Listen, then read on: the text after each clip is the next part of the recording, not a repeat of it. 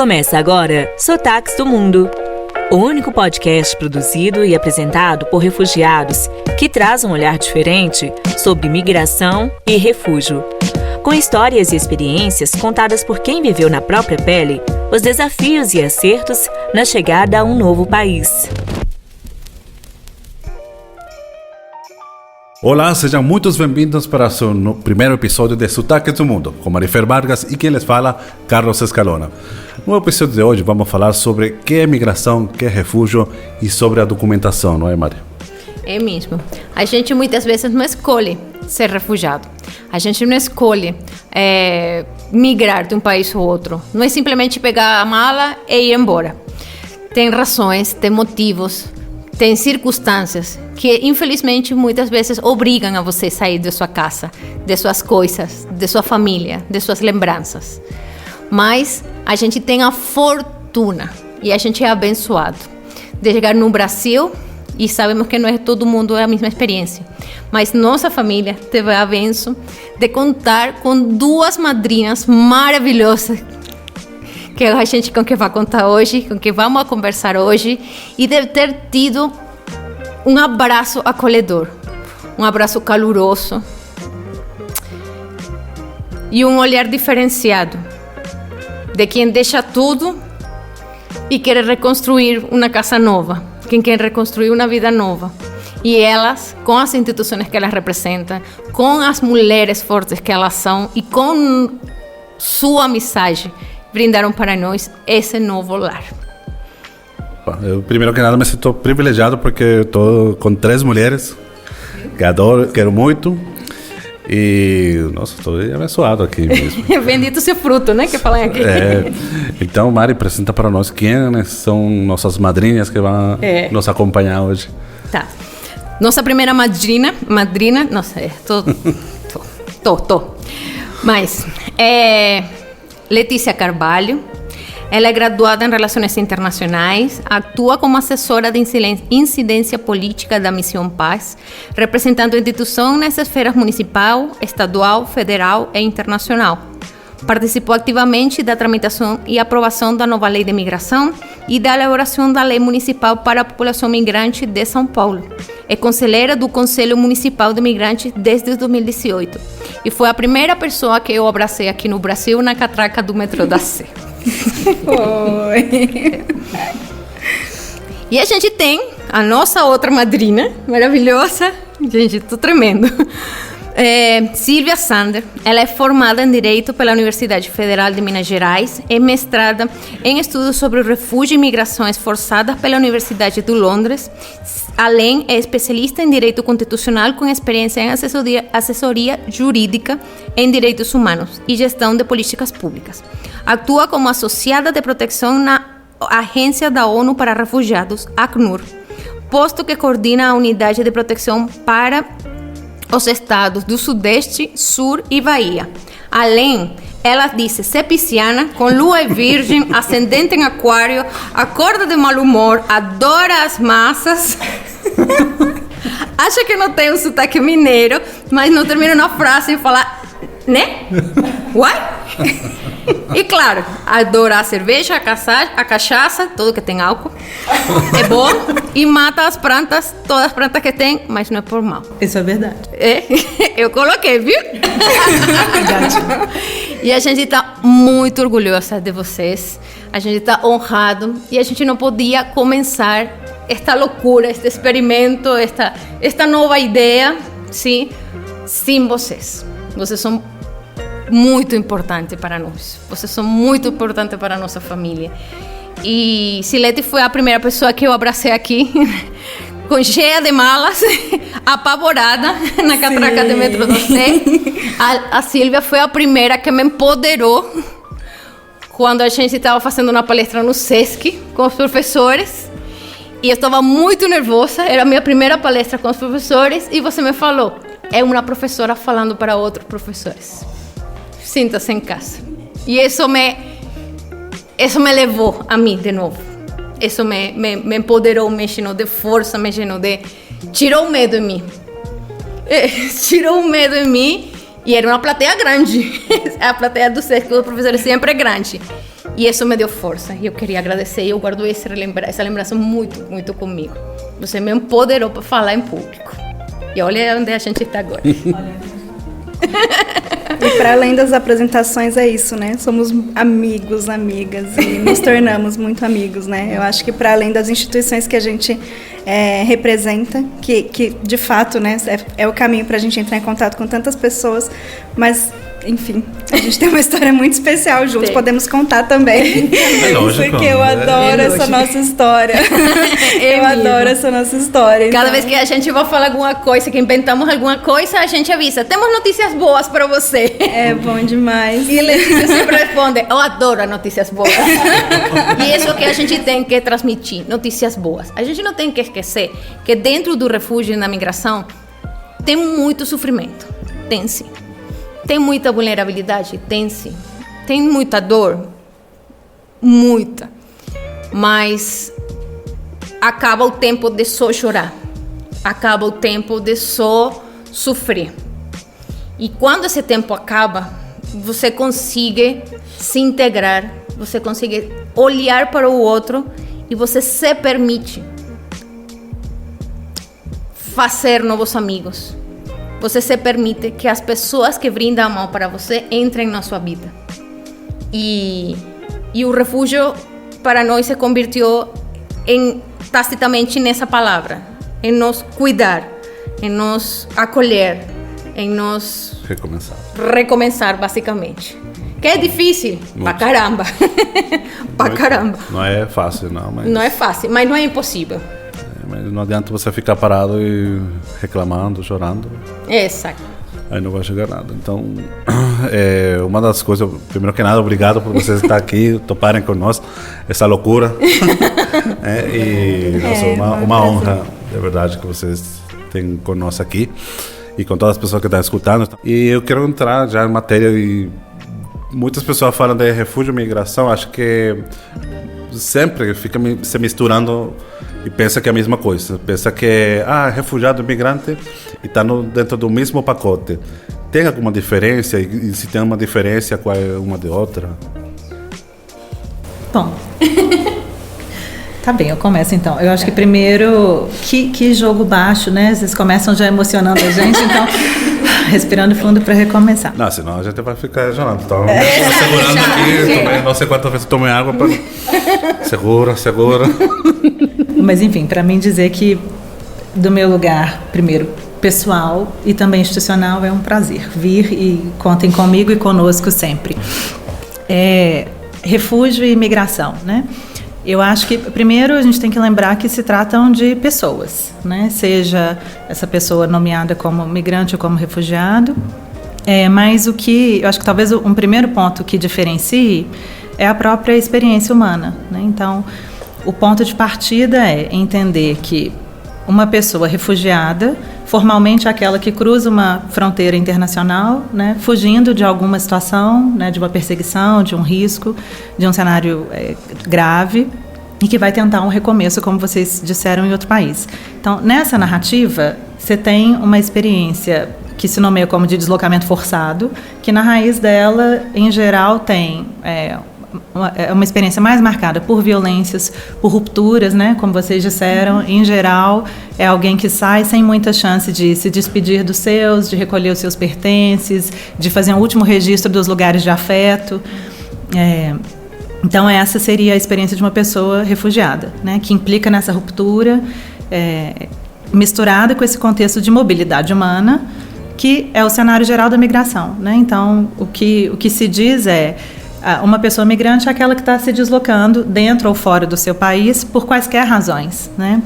Seja para buscar melhores oportunidades, porque de trabalho, de educação para os seus filhos, para viver uma outra experiência em outro país, né? Ou também procurar um cenário de menor desigualdade social, né? Então, tudo isso, muito legitimamente, obviamente, faz com que as pessoas se desloquem, né? Na história do mundo sempre se deslocaram, sempre, todos nós, né? A mobilidade humana faz parte da experiência humana, sempre foi assim, sempre será assim, mas nesse universo mais amplo da mobilidade humana, se entende que tem essa experiência do deslocamento forçado, que você tem uma camada a mais de complexidade, de violência, de desafios, de rupturas, né? essas diferenças na experiência humana, que são pontos de partida, tem uma tradução no mundo jurídico. Então, você tem uma definição jurídica específica para o que é uma pessoa refugiada, né? Definição essa que aparece no direito internacional, que aparece na legislação brasileira. Por outro lado, você não tem uma definição jurídica delimitada sobre o que seria uma pessoa migrante, mas você tem na própria legislação brasileira a definição do imigrante, que é aquele que vem de um outro país para o Brasil. Mas eu acho que o mais importante, em primeiro lugar, é entender que são pessoas e entender que é preciso olhar para a narrativa específica dessa pessoa, porque se ela vem de um cenário de maior violência, de maior ruptura, de fuga, né, do seu país de origem, a gente pode pensar que essa pessoa vai precisar de um apoio a mais, de um cuidado a mais, de uma proteção a mais que vai se traduzir no mundo jurídico. Por outro lado, isso não significa que uma pessoa migrante que está se movendo, né, por quaisquer razões, também não passe por N desafios, né, também não precise de apoio. Então, são essas fronteiras de ser uma pessoa refugiada ou migrante, muitas vezes elas aparecem um pouco borradas, né? Mas eu acho que o mais importante é voltar para a narrativa de quem está vivendo isso, né? O que essa pessoa passou, né? E quais são as possibilidades e os mecanismos que ela tem quando ela chega num novo lugar para recomeçar, né? E aí você tem algumas diferenças no mundo jurídico que vão ter implicações na vida prática dessa pessoa também. Acho que essa seria a minha... Lê. Aí vamos com a leite. Não. Que hora é? É hora de chocolate. É assim, né? Bom, acho que como eu peguei a fala nesse momento, volto um pouquinho só para agradecer mais uma vez o convite. Dizer que do meu lugar, né, da instituição que eu represento, que é a Missão Paz, que é uma organização da sociedade civil, que tem essa natureza do acolhimento, né? Que foi realmente onde vocês chegaram, primeiro Carlos, depois Mari Fer com a Tina. E eu tenho o privilégio de compor essa equipe e de conhecer pessoas como vocês e tantas outras que passam por lá. Então, assim, o agradecimento dizer que eu morro de orgulho da nossa história. Eu morro de orgulho, eu conto para todo mundo, assim, muito, muito, muito orgulhosa. Todo mundo do meu ciclo, da minha família, sabe dessa história, porque tem que sair. Eu falo assim, naturalmente, como a Mari, Carlos, a Tina, as pessoas sabem do que se trata. As pessoas sabem de que se trata. E então, dizer que eu fico muito agradecida, que eu realmente tenho muito orgulho e tenho muita alegria das nossas vidas terem se cruzado. Eu digo que a Mari Fer é minha irmã que não nasceu da mesma barriga. Certamente. Mas que é irmã também. Então, esse é o sentimento. Então, eu fico muito feliz e muito orgulhosa a cada passo que vocês dão. Acho que isso é uma alegria imensa para mim, de verdade. Então, voltando a isso. E sim, acho que a Silvia trouxe maravilhosamente bem, né? Eu acho que um pouco essa distinção e trazer um pouco também, acho que também do lugar que a gente fala, né? Já que esse é um episódio de estreia, que nós pertencemos a instituições que lidam, né? Que trabalham, que olham para pessoas que estão em mobilidade humana, mas a gente representa, acho que uma parcela da sociedade brasileira que está pronto para acolher, né? Eu acho que numa sociedade, né, também numa era, né, de tantos acirramentos, de tanta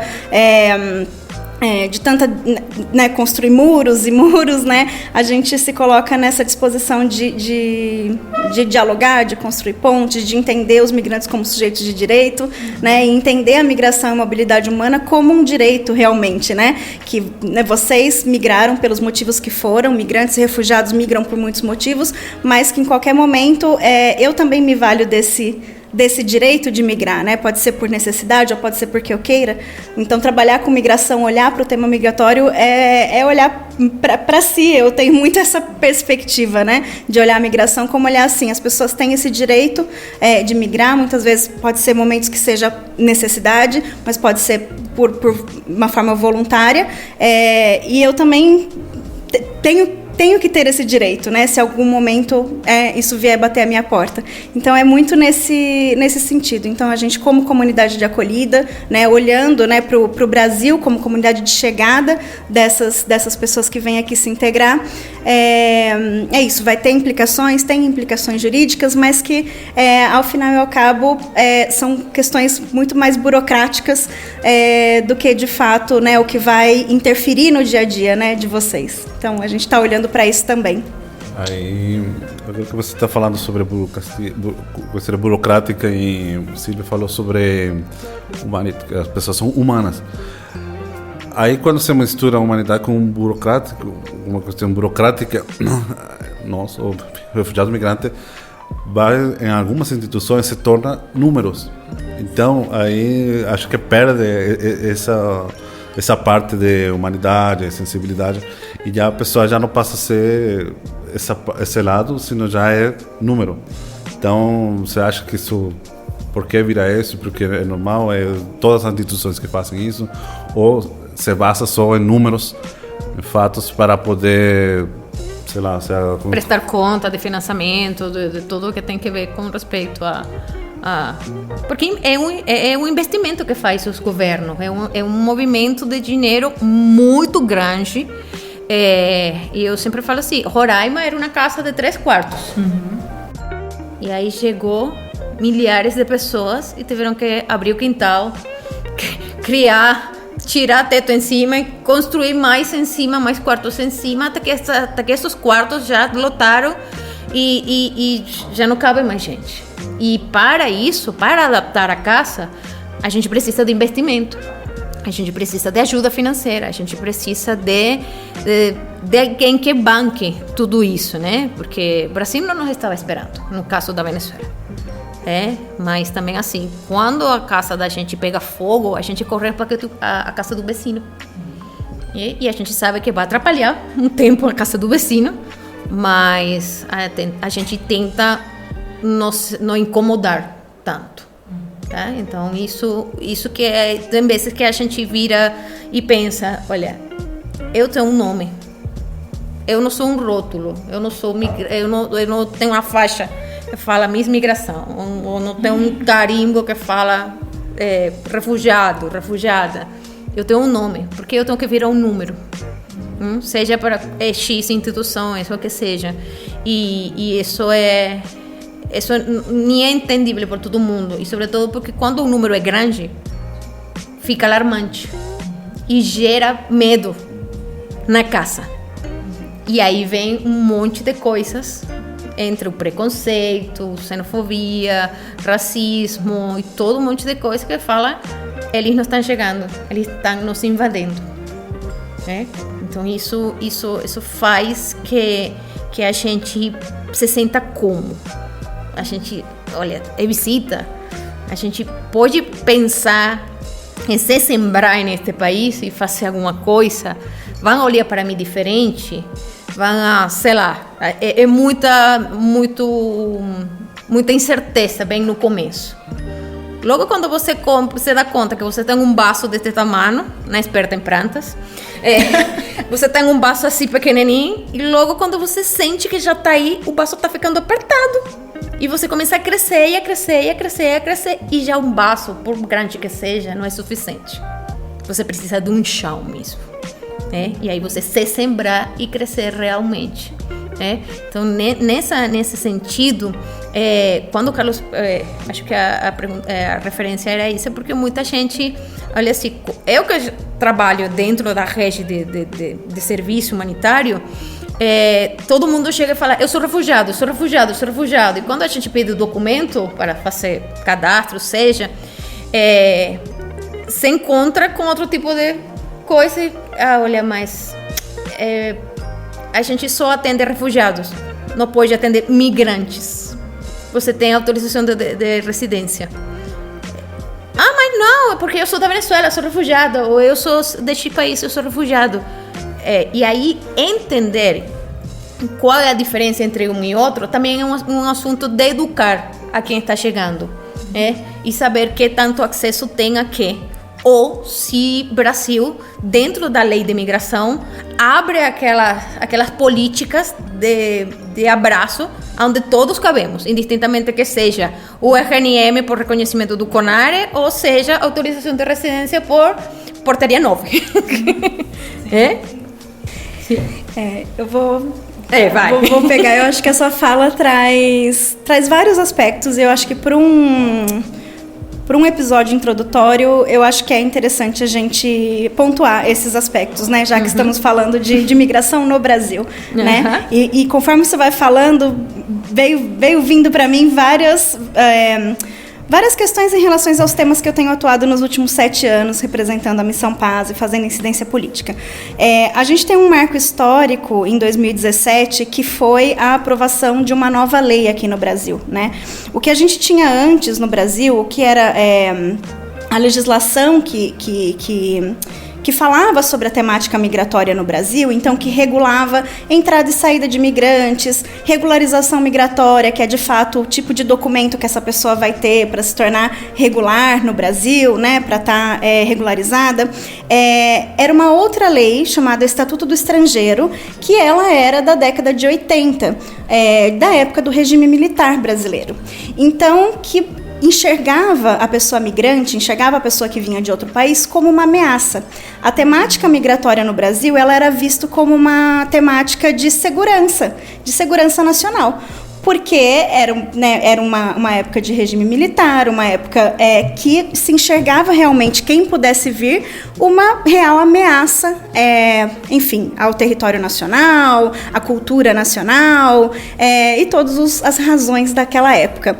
Em 1988, acontece a redemocratização. Então, o regime militar ele cai e começa o processo de redemocratização.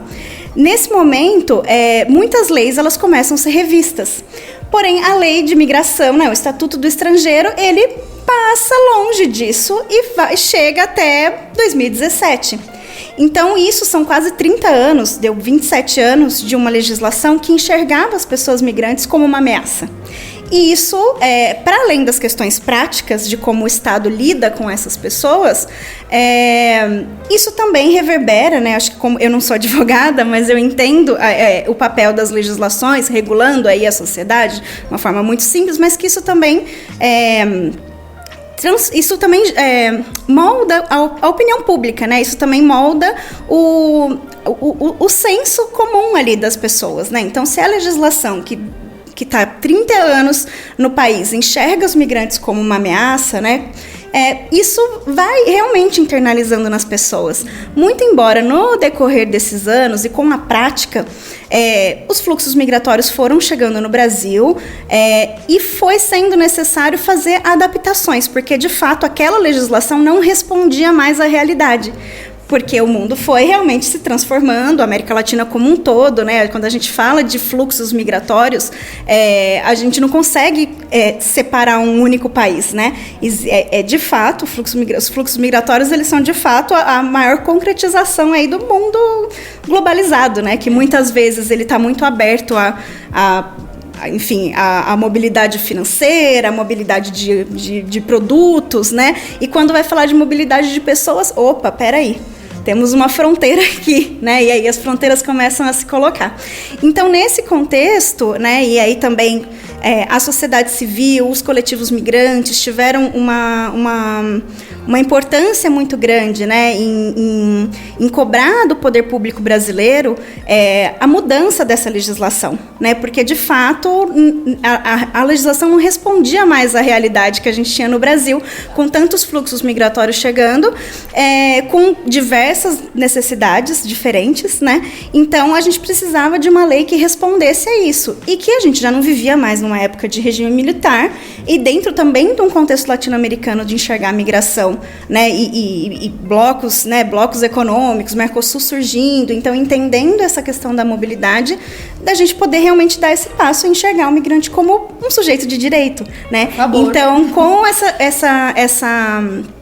essa questão de paradigma, né, que a gente fala, era urgente que ela fosse mudada. E isso acontece em 2017, com muito engajamento, com muita, né, com vários setores da sociedade brasileira. Então, as agências da ONU, universidades, sociedade civil, coletivos migrantes, parlamentares, né? Então, isso tudo criou-se um movimento ali entre 2015, 16, 17, que a gente conseguiu revogar o Estatuto do Estrangeiro e trazer a Lei de Imigração, né? Então, esse foi um momento, um marco, com questões de instabilidade política, institucional que o Brasil passa, né, desde então, isso tudo interferindo de certa maneira, mas, de qualquer forma, tínhamos uma legislação que enxergava o migrante como sujeito de direito, que trazia um rol de direitos, né, de princípios e garantias, olhando para essas pessoas de uma forma diferente. E tudo isso começa a se desenrolar. Então, a partir desse marco histórico, eu acho que a gente consegue trazer e demarcar, né? Então, e isso é muito jovem, né? A Lei de Imigração era de 2017, ela é muito jovem. E um pouco assim, da minha perspectiva também, né, como pessoa, né, e como a Missão Passo também enxerga a importância, e por isso que a gente atuou, né, para realmente mudar essa legislação, olhando também muito para essa mudança médio e longo prazo, assim, da sociedade, né? Então, se a gente passou 30 anos vendo o migrante como uma ameaça, e agora, né, tá tão pouco tempo, mas a gente espera realmente que, com o tempo, a gente consiga ir fazendo essas transformações na sociedade, que cada vez mais as pessoas migrantes sejam vistas como sujeitos de direito, né? E aí o que faz a gente se engajar nisso e pensar em mudar a legislação, pensar em criar políticas públicas que seja voltada para pessoas migrantes e refugiadas, não é para para trazer maiores privilégios ou diferenciar essas pessoas da sociedade brasileira como um todo. Mas é muito pensando na perspectiva de que quando a gente olha para o direito do outro, a gente está olhando para o direito de todos, né? É muito parecido com a logo de vocês ali, né? Que vai crescendo, né? Porque é isso, é como a gota que cai realmente no lago e ela vai se expandindo. Se a gente restringe o direito, pelo menos é a minha perspectiva, né? A gente restringir o direito do próximo, uma hora ou outra esse direito vai restringir para você também. E quando a gente pensa em ampliar, em garantir o direito do próximo, isso reverbera na sociedade como um todo, né? Então, esse é um marco que eu acho que é importante trazer. Eu tenho outros aspectos também ligados à sua fala, quando você fala de Roraima, mas eu posso passar para a colega para ela poder também reagir um pouco e trazer um pouco. Porque se deixar, vou embora aqui. Muito assunto. Eu prefiro ser chamada de gringa que de estrangeira. Então... eu vou talvez pegar o gancho na fala da Letícia, né? Eu acho que a Lei de Imigração é um marco sem dúvida nenhuma, e ela parte ela começa anunciando que o ponto de partida dela são os princípios de universalidade, indivisibilidade dos direitos humanos, que é isso, né? Reconhecendo a pessoa que está chegando ou que está se movendo aqui no território brasileiro como um sujeito de direitos. Eu acho que eu gosto muito dessa metáfora que a Marifer falou, do incêndio, né? Se o meu prédio ou se o apartamento do meu vizinho pega fogo, não adianta eu simplesmente fechar a porta da minha casa, porque o incêndio, em algum momento, se eu não socorrer, se eu não ajudar a lidar com as questões, ele vai chegar até mim, né? Que eu acho que tem a ver um pouco com isso que a Letícia está falando. Se a gente olha para o tema, para a situação da Venezuela hoje, historicamente, vocês sabem melhor do que nós que a Venezuela era o principal país de acolhimento de refugiados colombianos, né? E, de repente, num espaço de tempo histórico curto, a situação vira. Então, de fato, a gente não sabe qual vai ser o dia de amanhã, né? Então, eu concordo, né? O melhor que a gente tem a fazer é olhar para o outro, reconhecendo nele um sujeito de direitos tanto quanto cada um de nós, né? Eu acho que eu vou voltar primeiro falando sobre a legislação. A Letícia já colocou muito bem.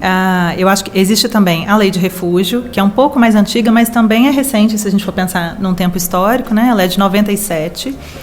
E esse ano, então, ela faz 25 anos, já atingiu a maioridade, né? Mas ainda é jovem, é uma jovem adulta. Né? Então, num tempo histórico, a gente pode pensar que essas discussões aqui no Brasil são recentes, principalmente se a gente pensa na tradução desses direitos que estão nessas duas leis, em uma miscelânea normativa difícil de entender, que existe no Brasil, né? Então, além da própria Constituição Federal, da Lei de Refúgio, da Lei de Migração, você tem resoluções de órgãos como o CONARE, você tem portarias, você tem um sem número de normativas que são de difícil entendimento, mesmo para quem trabalha com isso, mesmo para os advogados, o que dirá para a pessoa que está chegando. Muitas siglas. Muitas Vocês siglas. adoram as siglas, gente. O brasileiro não vive sem uma sigla. Meu Deus do céu. CONARE, CENIG, CONANDA, DPU, MPF, AQNUR. Que significa DPU? E aí a gente fica assim, quando fala, você foi no DPU? Claro, eu fui. O que é DPU? Não faço ideia, mas Não faço ideia. Ela fica Você lá. tem que ir na PF tirar seu RNM. Mas se você tem um problema aí, tem que ir no DPU, que fica na Paulista, do lado da escola não sei que negócio, na mesma calçada da FESP, nessa esquina. Mas você tem o RNM ou o DPRNM? Isso. Mas enfim, eu acho que essas questões, tudo isso para a gente entender que as legislações são recentes, mas já tem aí, né? Já fizeram alguns aniversários, mas a tradução dos direitos que estão nelas para políticas públicas, nos 3 níveis, né, da estrutura do Estado brasileiro, federal, estados e municípios, ainda é algo novo, né? A gente ainda está nesse advocacy, como a Letícia falou, né, no Conselho Municipal de Políticas para Imigrantes. Aqui em São Paulo a gente tem uma discussão já um pouco mais antiga, que foi lado a lado, né, e que provocou muito a discussão e o ambiente para a aprovação da própria lei de imigração, mas tudo isso ainda é novo. Por que eu estou falando disso? Aí, voltando no comentário inicial do Carlos, eu acho que os números, eles têm dois lados. O lado ruim dos números é que a gente sempre corre o risco de objetificar os sujeitos, né? De esquecer que por trás de cada um desses, o Acnur sempre divulga, né? Ano passado se alcançou a cifra triste de mais de 82 milhões de pessoas em deslocamento forçado ao redor do mundo. Agora, com os temas Ucrânia, Afeganistão, Sahel africano, etc., isso já vai crescendo. Mas quem são essas 82 milhões de pessoas, né? Então, o risco do número é sempre esquecer da narrativa que fundamenta o número e que tem que ser vista. Por outro lado, os números são sim importantes, não só para buscar recursos, para apoiar a comunidade que está recebendo essas pessoas, para apoiar as próprias pessoas que estão chegando, mas para visibilizar esse universo, né? E se a gente pensa em política pública, aí os números são, acho que especialmente importantes. Por quê? Vamos pensar na cidade de São Paulo, né? Vocês sabem que na região ali de Interlagos tem um abrigo gerido pelo Aldeias Infantis que tem apoiado o chamado programa de interiorização, né? Então, famílias chegam, se estabelecem ali por um tempo e depois seguem. Mas não é visível o fato de que ao redor desse abrigo, aos poucos, se formou uma comunidade de venezuelanos, também tem haitianos, bolivianos, mas sobretudo de venezuelanos, que já estima-se chega a cerca de 600 pessoas. E essas pessoas que estão ali, se elas não forem vistas nesse volume, né, a gente perde o argumento para dizer, olha, você tem centenas de pessoas venezuelanas ali. Então é importante a gente trabalhar com o CRAS, com o Centro de Referência da Mulher, com os equipamentos, com as organizações comunitárias que estão ali, para elas saberem como melhor responder, lidar com essas pessoas, né? Para poder ativar as políticas públicas. E especializar um pouco mais, né? Porque trabalhar o acesso ao mercado de trabalho ou a inserção da Miranda no ambiente escolar, num contexto de uma pessoa que é migrante ou refugiada, tem muitas semelhanças, né, em relação a trabalhar com uma pessoa que é nacional daquele país, mas tem muitas diferenças, né? E aí aquela velha discussão no campo dos direitos humanos, que é preciso olhar para a diferença para conseguir que essa pessoa tenha a possibilidade de ter igualdade de oportunidades para acessar aquele direito que ela tem. E aí eu acho que os números são importantes. Mas é preciso ter sempre isso em perspectiva, né? Porque o número, de preferência, eu acho que ele tem que ser sempre acompanhado das narrativas ou de uma amostra das narrativas para dar significado, para trazer afeto para esse número, né? Porque sem afeto a gente não se move como sujeito, a gente não se move como instituição E o afeto não vem do número, ele vem da narrativa, né? Vem de escutar o outro, de perceber o brilho no olhar, né? Essas coisas que começou a conversa aqui. E aí que vocês citaram a lei da migração, você acha que a lei da migração está bem como está ou ainda poderia melhorar a lei da migração do 2017? Cuidado que a Leta escreveu. Não, claro, mas é uma ótima pergunta. Não, mas é uma ótima pergunta. Eu acho que melhorar sempre tem, né? Sempre tem que melhorar, pelo menos da nossa perspectiva, né? Porque é isso, né?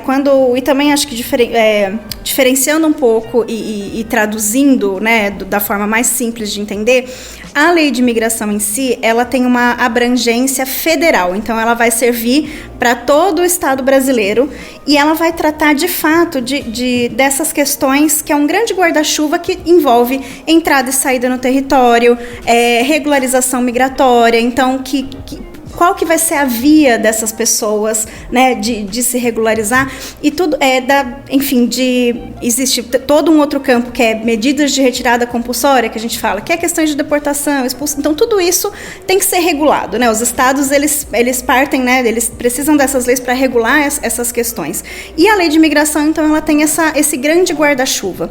Quando a gente vai falar do acesso ao direito mesmo, né, e onde a pessoa está, a pessoa migrante, ela não está na federação, ela está no município, né? Ela está na cidade, ela vai acessar o serviço público daquela cidade, a escola, o hospital, a assistência social, que seja, ou a necessidade de um espaço de acolhimento, abrigamento. Então, quem tem que olhar, quem tem a competência de olhar para esses temas é o governo municipal, são as prefeituras, né? Então, por isso que existe um outro movimento, por exemplo, aqui na cidade de São Paulo, com uma lei municipal que vai olhar para isso, assim, de fato, o acesso a direito. Já voltando para a lei federal, então, que é isso que, né, esse grande guarda-chuva que vai servir para todo o Brasil, obviamente tem onde melhorar. Acho que a gente conseguimos produzir avanços, mas a lei, isso também tem a ver um pouco com a forma como o tema migratório é gerido no Brasil, que ele é fragmentado, né? Então, assim,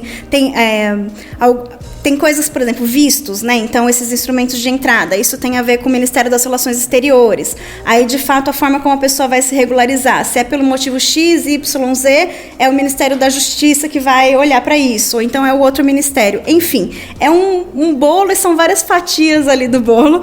E tudo isso, como no momento da lei de imigração, para regulamentar isso foi um tempo curto, foram 6 meses, muitas coisas ficaram para o futuro. Então, assim, depois saem. Por isso que a gente ouve falar tanto de portarias, que para os migrantes em si, o que é uma portaria, né?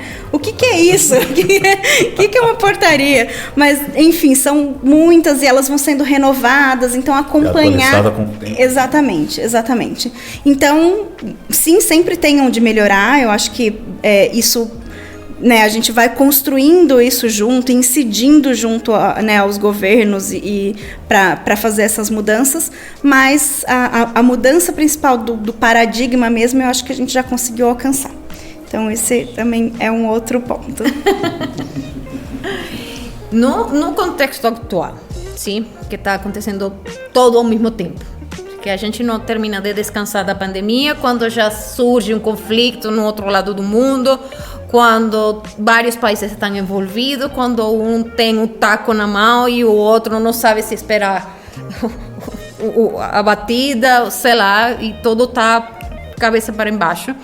Nesse contexto, a palavra refúgio acaba sendo preconceituosa? Olha, eu acho que a palavra em si não é preconceituosa, sobretudo se a gente olhar para o significado dela, né? Então, refúgio, pela etimologia da palavra, tem a ver com proteção, tem a ver com abrigo, é um lugar em que a gente tenta procurar acolhimento saindo de algum risco, né? Então, o sentido da palavra é esse, é proteção, é busca de segurança. E busca de segurança para alguém que está fugindo de alguma coisa. A confusão, eu acho, que gera talvez algum preconceito, é que se confunde essa lógica de alguém que está fugindo de um risco para entender que essa pessoa é fugitiva. Isso. né? E eu acho que é aí que tá o gancho, que é uma interpretação equivocada, né? Que tem a ver com desinformação. Então, se a palavra refúgio, se a pessoa refugiada é vista de uma forma estigmatizada, eu acho que tem a ver com essa confusão, sabe? De olhar para a pessoa como fugitiva, mas não como fugitiva num sentido de que ela está saindo de uma perseguição, né? Então, a palavra em si não é preconceituosa. Eu acho que a ignorância em relação às circunstâncias que vivem as pessoas que estão nesse contexto é que geram essa estigmatização, né? O que é muito ruim, porque aí, como vocês falaram, muitas vezes a pessoa ela está numa situação de refúgio, ela está em busca de proteção, mas ela já entendeu que se ela se nomear como refugiada, ela vai ser vista como fugitiva, terrorista, se for num ambiente que não conhece aquele contexto, né? Então acho que o melhor que a gente tem a fazer com qualquer preconceito é sempre informar, né? Desestigmatizar, explicar, educar. Eu acho que esse mesmo estigma, eu acho que falando da palavra refúgio, acho que também vale a gente pontuar isso nesse momento, que esse mesmo estigma vale para a palavra ilegal, né? Porque a migração, mundialmente falando, sobretudo no norte global, a gente ouve falar muito dos ilegais, né? Ilegais.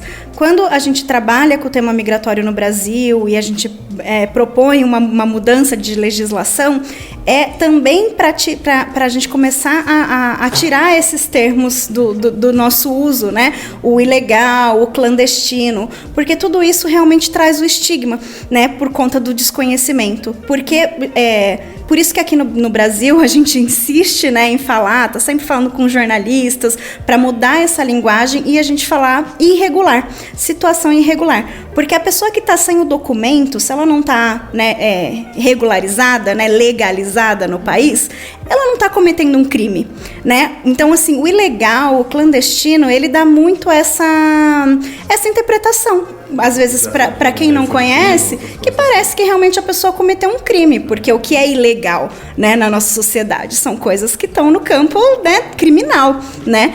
E a temática migratória, ela não é uma questão de crime ou não, né? Você está regularizado, você ter o seu documento ou você não ter o seu documento, não significa que você está cometendo um crime, ali, né? E essa é uma das grandes demandas que a gente sempre levou ao poder público, né? A questão da regularidade migratória é um dever do Estado, é um direito do migrante e um dever do Estado. Então, criar as vias migratórias, mesmo que sejam tantas, né? Aqui no Brasil a gente tem dezenas delas, mas elas precisam existir, precisam ser garantidas para que as pessoas possam se regularizar. Existem critérios e também tem essa questão, né? A regularização migratória, o lugar onde, né, o órgão público que faz isso é a Polícia Federal, que tem essa competência aqui no Brasil. Em outros países, tem países que são órgãos policiais, de polícia de fronteira, tem alguns países que são órgãos civis, que não tem nada a ver com o campo policial.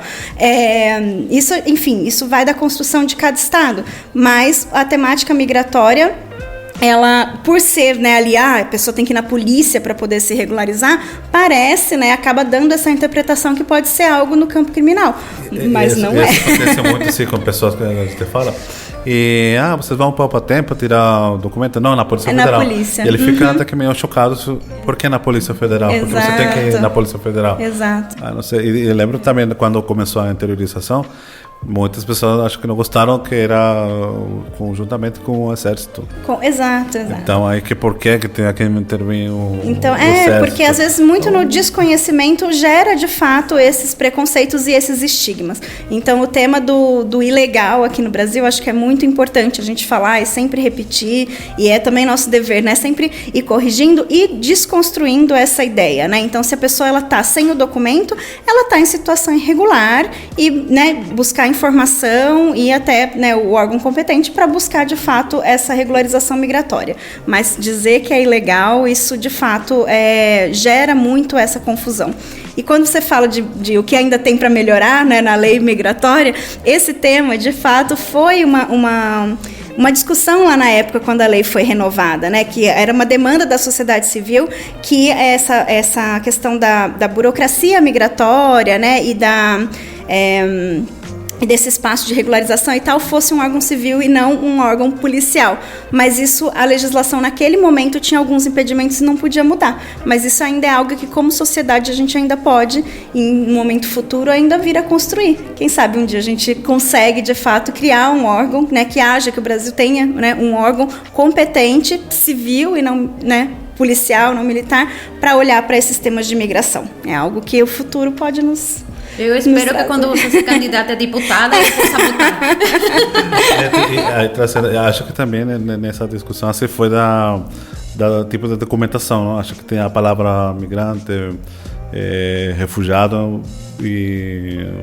hoje em dia não aparece mais no documento, né, Silvia? Porque... Acho que os... Antigamente se era refugiado. Aparecia, né? Agora é só a lei, né? Só a lei. E justamente para evitar esses estigmas, né?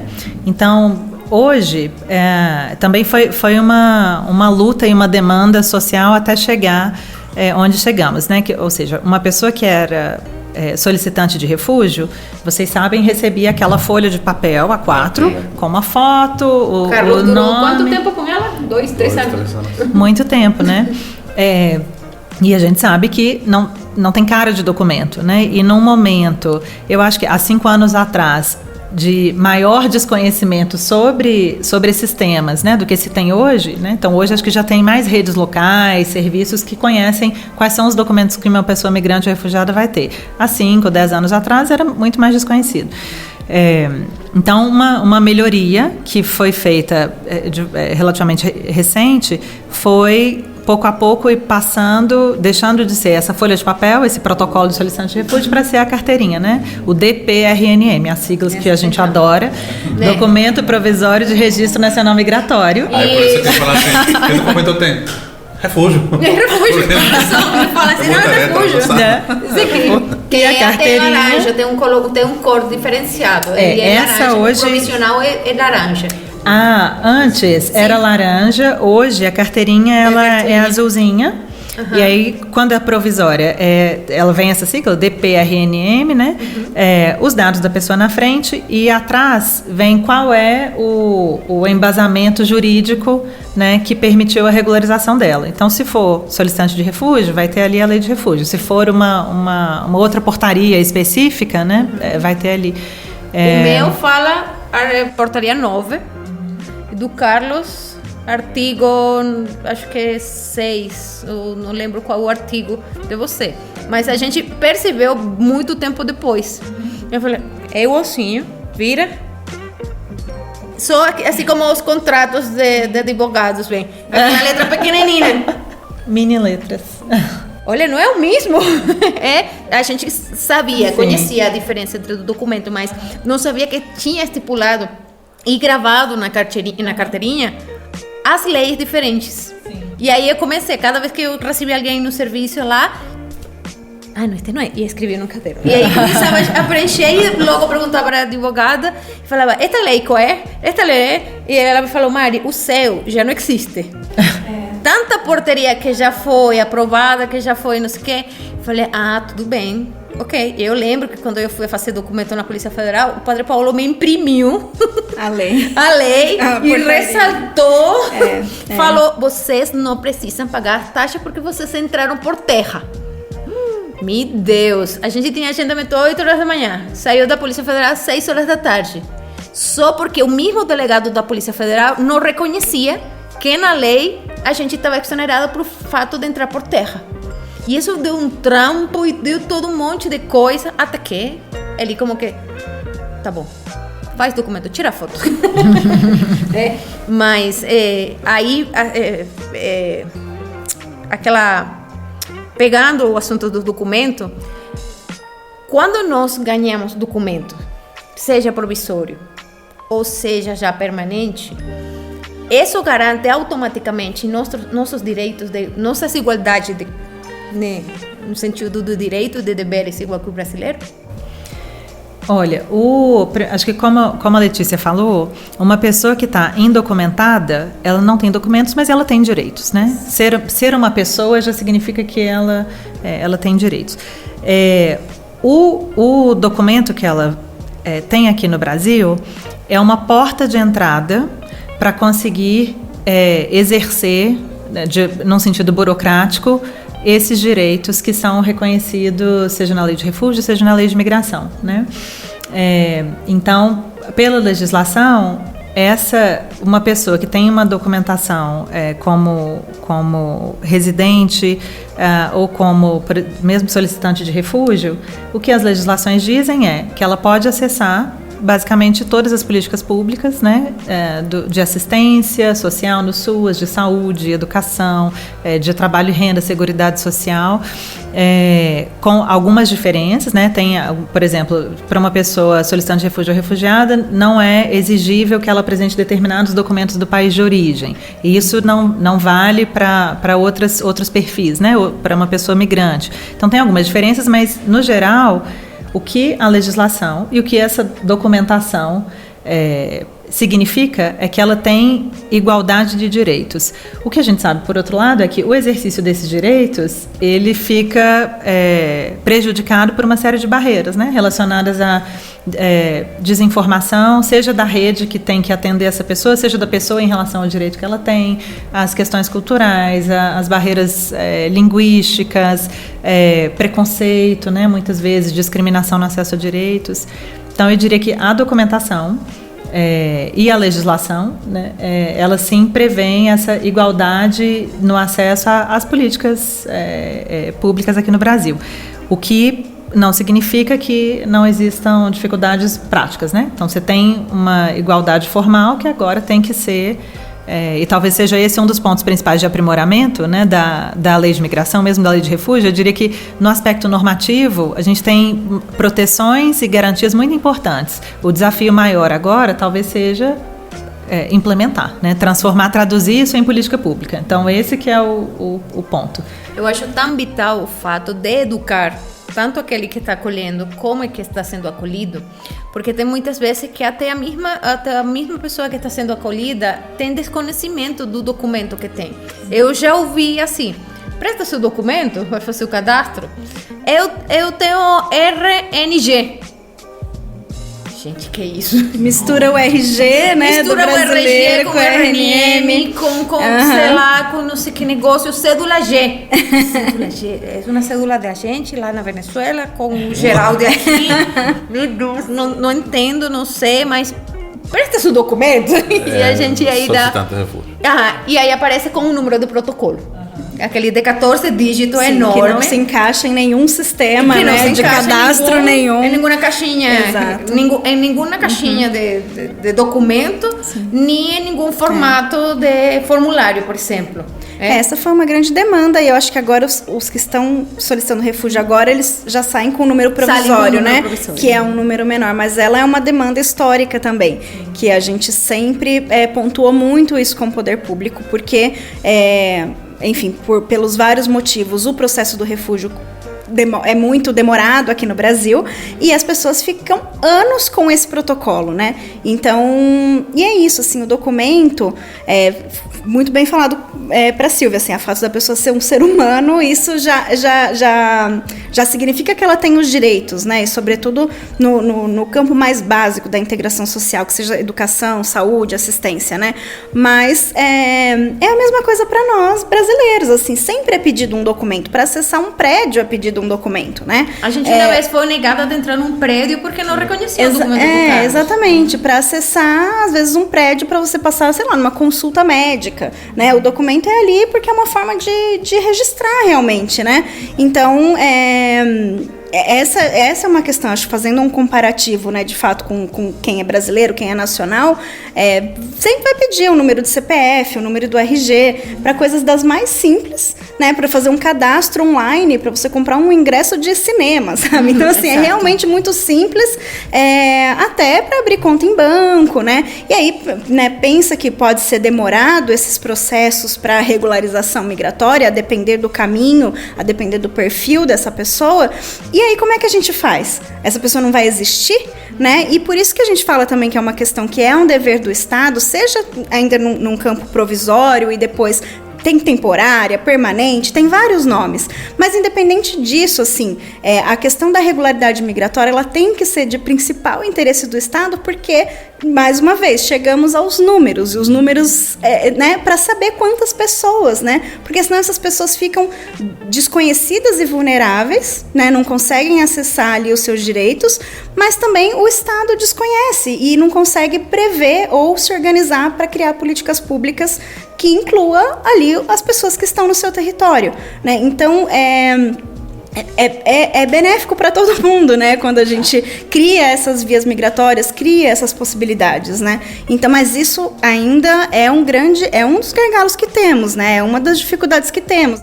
Mas hoje, aqui em São Paulo e em algumas outras localidades do Brasil, a gente segue tendo dificuldades com essa questão, até de quem já tem o documento e está com os documentos vencidos, por exemplo, por conta da questão da pandemia, né? Então, a pandemia fez com que os serviços ficassem fechados durante muito tempo, inclusive, né, ou fechados ou em capacidade reduzida, né, de atendimento. Isso aconteceu também com a Polícia Federal. São Paulo é uma cidade que tem muitas pessoas migrantes vivendo aqui e que foram tendo seus documentos vencidos durante esses 2 anos, né, de pandemia, 20, 21, e que estão com seus documentos vencidos, que não conseguem agendamento, e que existem garantias, existem, né, legislações, portarias, mais uma vez. Então, esses instrumentos normativos que dizem, a Polícia Federal fala, esses documentos não estão vencidos na prática. Lá está escrito que está vencido, mas a gente reconhece porque a gente reconhece o momento da pandemia. Só que, e para quem está na prática? Como é que explica isso, né? Como é que explica isso? Como é que explica isso para um empregador, por exemplo, né? Que tem pessoas, né, uma pessoa migrante, por exemplo, que está empregada, está com o documento vencido, sabe? O empregador também fica inseguro, fala, mas eu tô com uma pessoa aqui que está, né, com o documento vencido, que pronto, ficou ilegal. Porque é isso, né? Até que a pessoa tenha uma permanente, ainda assim ela precisa, né, a não ser que ela se naturalize, mas estando na condição de imigrante, de refugiado, de tempos em tempos, ela precisa se apresentar e renovar ali seus documentos, né? Isso acontece aqui no Brasil e acontece pro dobro de brasileiros que tem morando, né, em outros países no mundo, né? Esse também é um dado importante pra gente trazer para um primeiro episódio, né? Acho que sempre é bom a gente pontuar, né? Porque também na sua fala, eu lembrei disso quando você falou da questão da invasão, né, do vizinho ali, isso, né?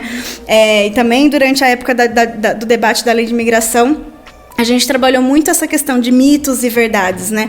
Porque pode ter essa sensação, falar, o Brasil vai ser invadido por migrantes, se tiver uma lei, né, que seja mais permissiva, exatamente. Mas é muito pelo contrário, assim, a gente tem o dobro, mais ou menos, dos dados oficiais, que também são sempre, né, os dados de imigração, acho que não é só uma questão no Brasil, mas no mundo todo, né, os números sempre vão ser maiores, porque sempre vai ter um número de pessoas que estão fora realmente desses registros, mas a gente tem o dobro, né, cerca de 1,5 milhão de pessoas migrantes vivendo em território brasileiro, e imagina, né, o Brasil na dimensão continental que ele tem, né, com uma população de mais de 200 milhões de habitantes, então isso é menos de 0,5% da população, né, comparado com países que têm 10, 15% da sua população de pessoas migrantes, e nós temos cerca de 3 milhões de brasileiros vivendo nos Estados Unidos, Europa, Japão, enfim, em outros países, né, então isso só para trazer em perspectiva, né, eu acho que quando olhar para a migração, partir dessas perspectivas para ir, de fato, desconstruindo, né, alguns dos preconceitos. Muitas vezes a gente aqui no Brasil acaba olhando para a migração muito numa ótica e numa lógica do norte global, e a gente não pode se esquecer que a gente está em outro contexto, né? Totalmente diferente. E olhar a migração também como... E esse também é outro ponto que, ligando também com a sua fala, que eu acho que não dá para deixar de dizer, essa questão de crise migratória, né? Pelo menos na nossa perspectiva, né, quando a gente olha para isso, tratar como crise parece que vai ter um fim, né? Quando você fala de uma crise, parece que a gente resolve a crise e acaba com a crise. Mas assim, a gente tem que começar a olhar a migração como um fato da nossa sociedade, né? Porque a forma como o nosso sistema social global nos coloca a temática migratória e a mobilidade humana, forçada ou não forçada, ela vai existir. Exato. Enquanto a humanidade não encarar... A gente não vai deixar de mover não vai deixar, né? Então, enquanto os estados, as pessoas não encararem a migração como um fato, tal como ela é, as soluções não vão existir. Vão sempre ficar tentando buscar soluções para resolver crises que não vão se resolver, porque vai resolver aqui, mas vai estourar em outro lado. Então, assim, é um fato. A migração, ela é um fato no nosso mundo.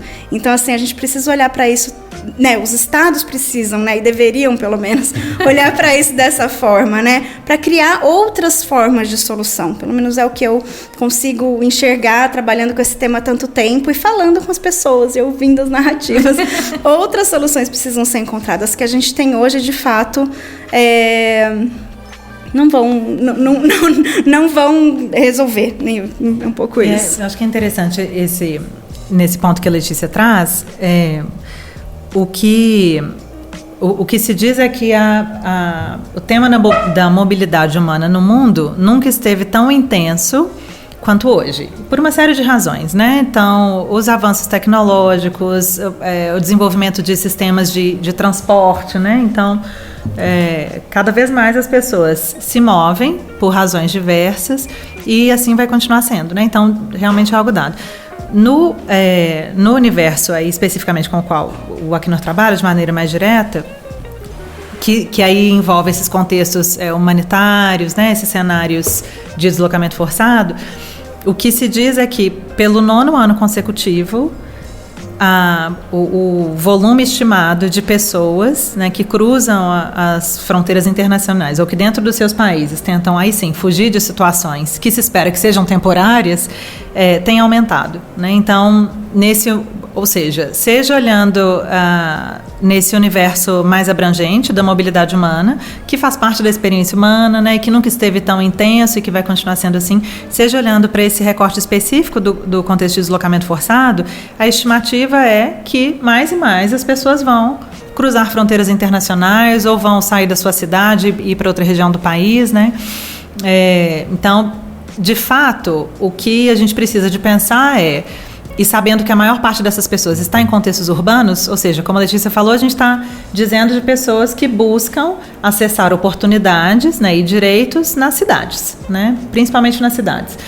Então a gente tem que olhar para essas cidades e entender de que maneira elas podem se beneficiar desse caldo de diversidade tão potente que trazem as pessoas que vão entrando e saindo, né?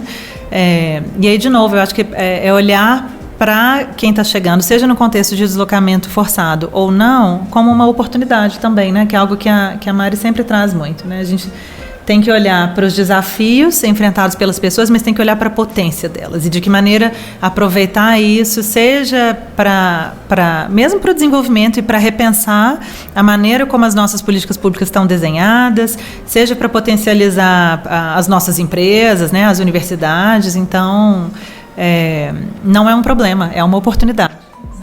Exatamente. Uma questão, o RG de vocês, ele tem data de validade? Não. É eterno? O RG não. Nossa carteira de motorista sim, o CPF também não. Seja de uma pessoa nacional, seja de uma pessoa migrante, o CPF não tem validade. Mas os documentos de migratórios aqui no Brasil, sim, né? Eles vão se passaporte, o passaporte também tem validade de uma pessoa brasileira. E carteira de motorista também. Só o RG não tem, mas eu aprendi recentemente, porque meu RG era de quando eu era criancinha. Tem que renovar, né? Tem que renovar, para fase adulta, né? Exato. E eu tentei usar o meu RG. Você vira adulto no RG?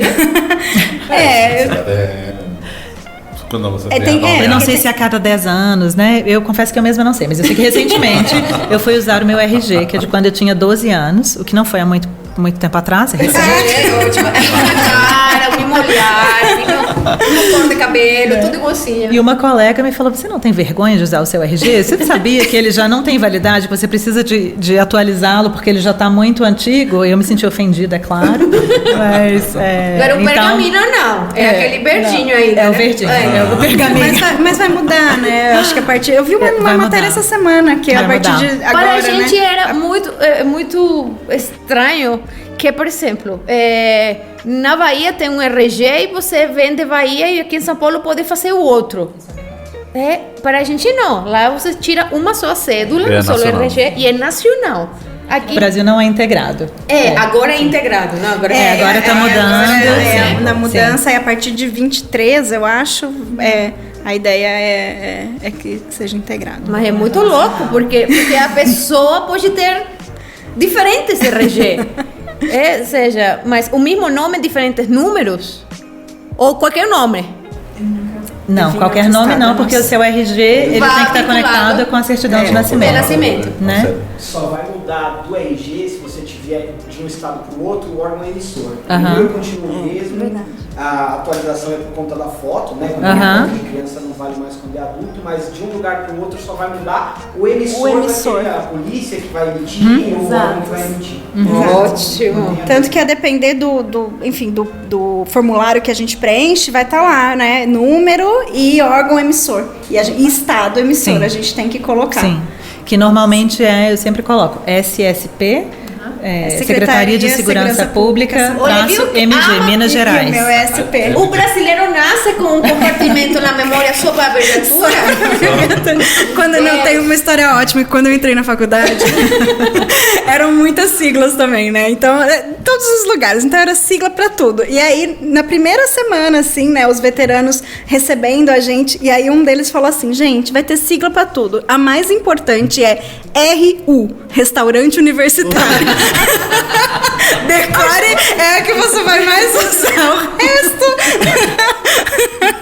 Eu nunca me esqueço, porque de fato são muitas siglas. E algumas são mais importantes que outras. Exato, então assim, e já deu, né, o veterano lá na época já deu a deixa, assim, vocês vão, não, vai ter sigla pra tudo. A mais importante é RU, Restaurante Universitário. Caramba, não dá, não é fácil falar o nome completo das coisas. Não, vamos abreviar, mas você perde tempo falando completo. É pra poupar o tempo. Tá bom. Não, e aqui em São Paulo a gente sofre disso num grau elevadíssimo, né? Porque aqui a gente não chama nem a pessoa com a palavra... o nome, né? É Sil. A gente não chega a falar o nome inteiro da pessoa. É verdade. O K não é K. K. E mesmo em ambientes mais formais, né? Não sendo daqui, sendo de Minas Gerais, eu reparei estranho, quando eu cheguei. Numa consulta médica, um médico me chamando de Sil, e falei, que estranho, né? Informal, isso é comum. São os regionalismos, né? Não, aqui em São Paulo, sobretudo. Mas sobre as siglas, a gente poderia falar o nome todo se ele não fosse tão comprido. Vou te dar um exemplo. Acnur, Alto Comissariado das Nações Unidas para Refugiados. Se toda vez que a gente for dizer, você vai, não sei, é um projeto com o Alto Comissariado das Nações Unidas, a pessoa eventualmente já foi embora, né? Brincadeira. Mas, então a gente usa a sigla Acnur, mas que muita gente não sabe o que é. Então a gente vai criando um meio do caminho. Agência da ONU para Refugiados, o Acnur. Então você vai achando essas estratégias, né? SSP-MG, Secretaria de Segurança Pública de Minas Gerais. Ai, caramba. eu não sei. Mas as siglas não ajudam a informar, né? Não, porque a gente fica na mesma, assim, na ignorância. Acho que fica pior, não? Finge demência, amor. Finge demência. Sim, claro. Entendeu? Claro. Mas até, gente, essa semana mesmo eu tava pesquisando alguma coisa lá na missão, e aí surgiu a sigla DRADES. E eu, nossa, aí a gente coloca no Google, é assim, né? A gente coloca no Google com alguma palavra que a gente acha que vai ter, que era assistência. Eu sabia que tinha assistência. Aí aparece, Diretoria Regional de Assistência Social. Então, mas é assim, no e-mail vem só a sigla. Mas o que é isso, gente? Realmente é muito atrapalhado o assunto das siglas, o assunto de... Nossa, é muita... Os endereços, quando você pede um endereço, é muito louco, mas... A gente faz parte. Faz parte de aprender. Da adaptação. Faz parte de se integrar, né? Faz parte de... Mas a gente gosta. A gente gosta. Não, durante todos esses episódios vocês vão ter muitas histórias. Eu quero um episódio aqui, eu vou dar a deixa, nem sei se tá programado, mas eu quero um episódio aqui que vocês tragam pessoas da escola de samba pra vocês falarem. Se vocês não colocaram isso na programação, pois coloquem, porque eu quero pessoas da escola de samba, eu quero que vocês contem essa história. Porque assim, eu nunca pisei numa Sapucaí aqui em São Paulo. Ele faz parte da bateria. A Miranda toca chocalho. A Miranda, né, faz parte da bateria de escola de samba. Então, assim, eu preciso dessa história nesse podcast. É que a gente teve Isso problema pra se integrar, né? Integração. Isso é integração. Muita dificuldade. Cada vez que vem a história, e a hora que eu soube da história da escola de samba, eu falei, não é possível, gente. Que eu nunca pisei numa Sapucaí, vocês já estão lá dentro da bateria, desfilando na ala. Você, né? 30 quilos. Entrando com a alegoria no metrô, né? Exato. Aquele assunto. Eu amo essa história, pois vocês contem em algum episódio, por vamos favor. contar com certeza. A gente fica com glitter 1 mês e meio depois. Em agosto que eu em vou agosto. Isso do carnaval tem purpurina pela casa por pelo menos 2 anos depois. Mais E aí ou menos. de um ano mistura com o outro, né? São várias camadas. É muito. A gente ainda conseguia penas, purpurina, lentejola. E agora que a gente tá nesse jejum sem fim, gente, tem que voltar a esse tema. Eu quero muito esse tema aqui. Vamos sim. Problemas de integração dos migrantes refugiados no Brasil. É isso aí. Ou dicas úteis. Como levar a sua fantasia de 30 quilos no metrô no caminho da No Sapucaí. Uber, porque o Uber fica apavorado. Mais ou menos assim. Bom, a gente não quer terminar, mas tem que terminar. É muito... Nossa, é um papo de amizade, é um papo de sei lá, de casa, é um papo de muito amor, de muito carinho, de muita coisa, né? E aí a gente sempre, a partir de hoje, a gente vai começar a fechar com o seguinte, para as duas. Qual é a palavra mais bonita no português para vocês? Fica aqui em frente. Difícil. Eu também. Começa você. amo a palavra dengo. Dengo. Dengo. Isso é chocolate. É uma marca, mas Dengo. antes de ser uma Entra em marca... contato com a gente aqui. Antes de ser uma marca, é uma palavra que eu amo, que é carinho, enfim, são dessas palavras da língua portuguesa que é difícil a gente ter tradução, né? Como a palavra saudade, que é a mais conhecida, né? Que não tem tradução para outras línguas. Eu amo a palavra dengo. Aliás, eu tenho várias palavras que são minhas favoritas na língua portuguesa. Eu amo a palavra cumbuca, por exemplo. As palavras falam bowl. Um pratinho como esse. Essa sim conhecia. É uma bowl. cumbuca. Isso aqui não é um bowl, gente. Isso aqui é uma cumbuca, tá? Vamos... Mas é uma palavra do interior Não, da República Federativa de São Carlos. Eu acho que a palavra conhece, todo mundo conhece a palavra cumbuca, é uma Sim, palavra cumbuca, indígena, sim. né? Cumbuca. Inclusive, mas a minha favorita da língua portuguesa é a palavra dengo. Eu amo essa palavra e eu amo o que ela significa. Porque ela vai pra muito mais do que simplesmente copo, significado. Você consegue, se falar copo, você sabe o que é um copo. Exato.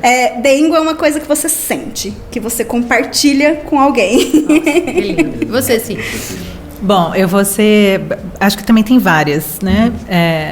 Eu vou ser bairrista e falando em sotaques, uma palavra que eu levo para onde eu vou, né? É uai.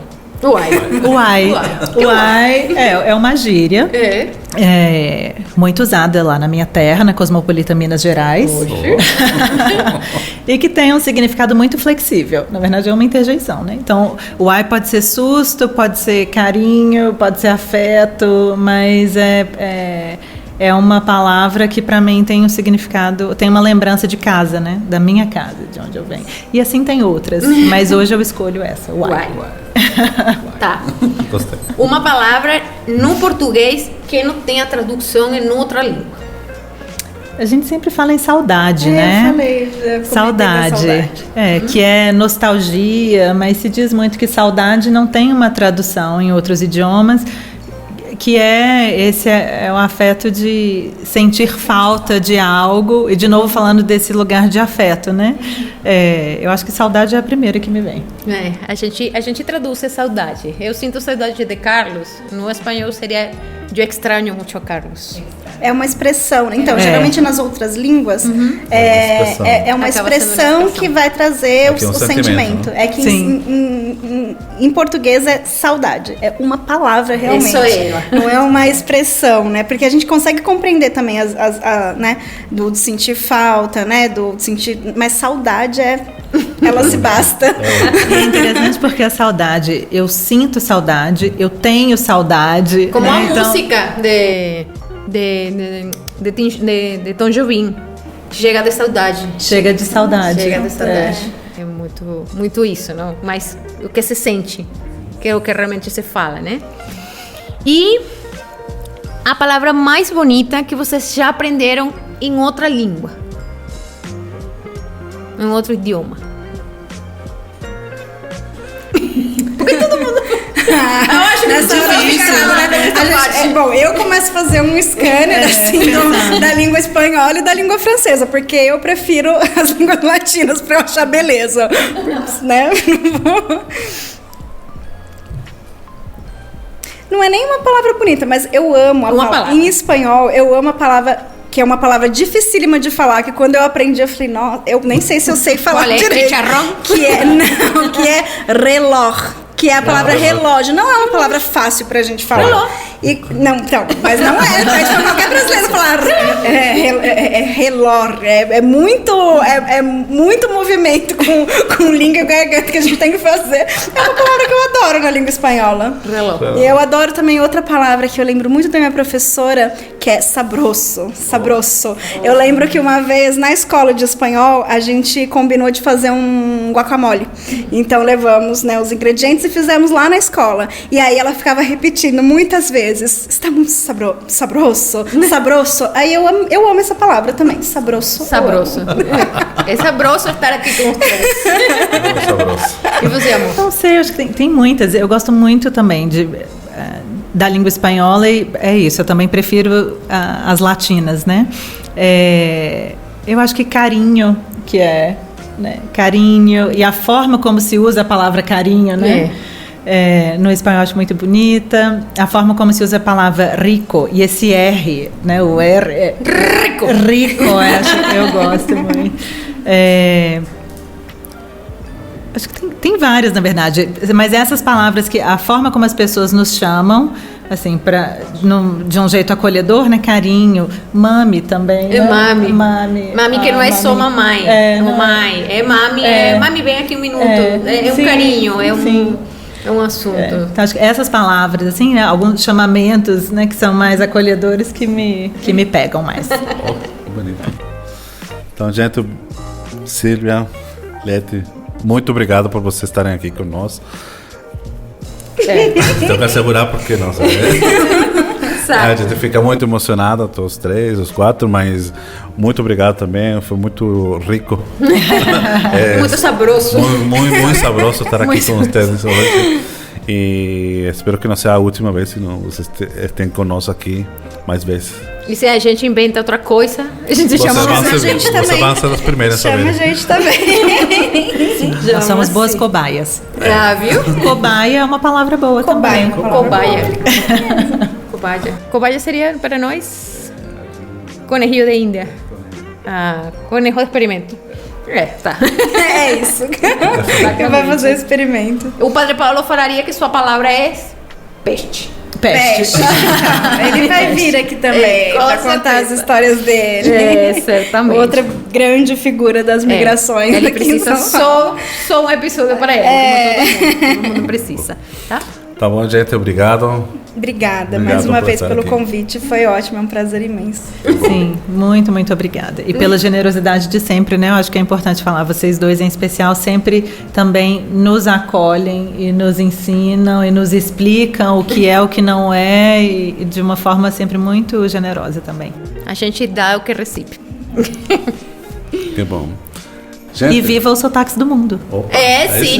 Muita gente, assim, para explicar, a gente colocou esse nome porque eu acho que não pode existir outro lugar no mundo onde concentre literalmente todos os sotaques do mundo que não seja São Paulo.